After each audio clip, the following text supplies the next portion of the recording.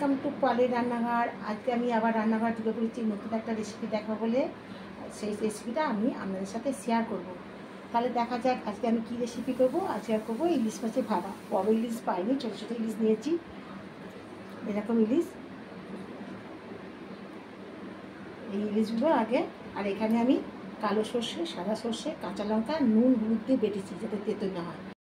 মশলাগুলো একটা স্টিলের টিফিন কৌটো নিয়েছি। এই টিফিন কৌটোর মধ্যে আমি ইলিশ মাছ ভাপাটা করবো।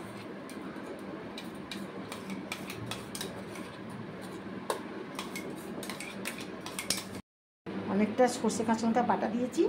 জল বেশি দেবো না, খালি যেটাতে মশলা তৈরি করা হয়েছে মিক্সি বাটিটা, সেটা খালি ধুয়ে দিচ্ছি।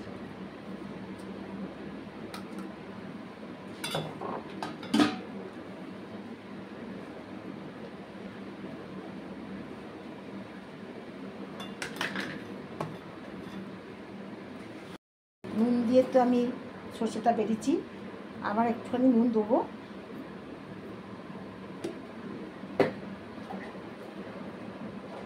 একটু হলুদ গুঁড়ো দেবো।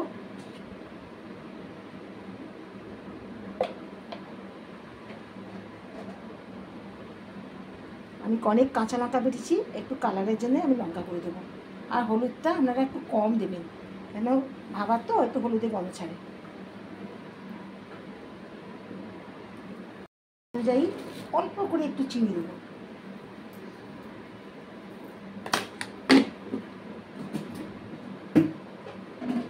একটু অল্প করে সর্ষের তেল দেবো।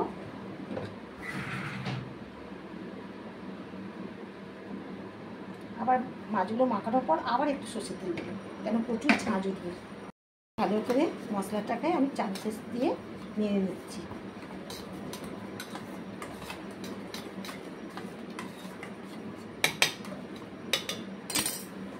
গাদাগুলোকে নেবো আমি।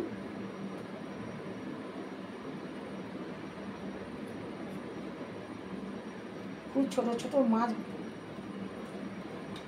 ইলিশ মাছের টেস্টটা অন্যরকম হয়, তো ছোটো হলেও তবু ইলিশ মাছের স্বাদ।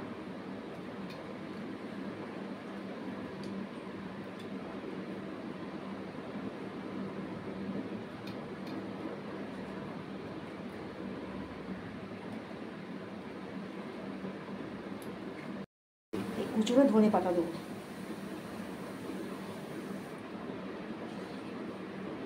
এই ধনে পাতাতেও তো একটু জল বেরোবে, এই জলটা পরিমাণে কমই দিচ্ছি আমি।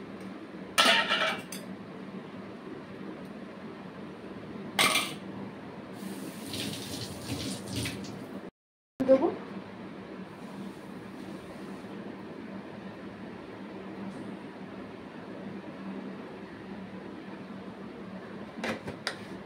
আবার নামাবার সময় আবার একটু দেবো। এবার কাঁচা লঙ্কা ওপর থেকে আমি দিয়ে দেবো। এগুলো ভাবে সেদ্ধ হবে।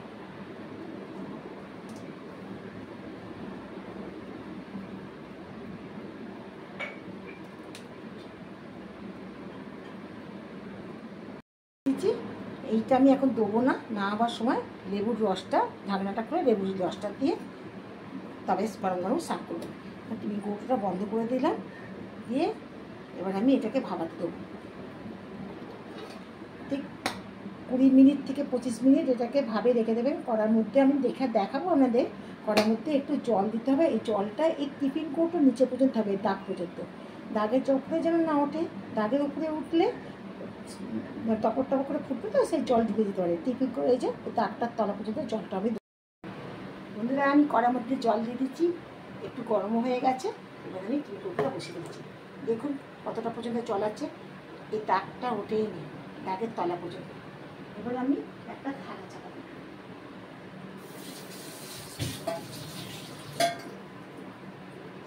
বড় থালা চাপা দিয়ে দিলাম। এটা আমি 20 থেকে 25 মিনিট রাখবো।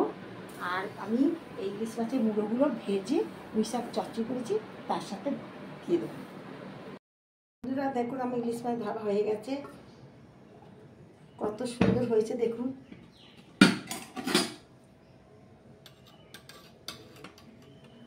সমস্ত গলে গেছে, এটা ফেটে গেছে গলে।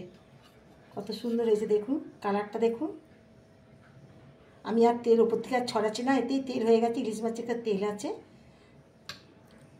আপনারা এইভাবে বানিয়ে খেয়ে দেখবেন, খুব ভালো লাগবে। সবাই অবশ্য বানায়, আমি আমারটা করে দেখালাম। যদি ভালো লেগে থাকে কমেন্ট বক্সে জানাতে ভুলবেন না। আর একটা লাইক, সাবস্ক্রাইব, শেয়ার অবশ্য করবেন। আর পাশে থাকার জন্য থ্যাংক ইউ সো মাচ।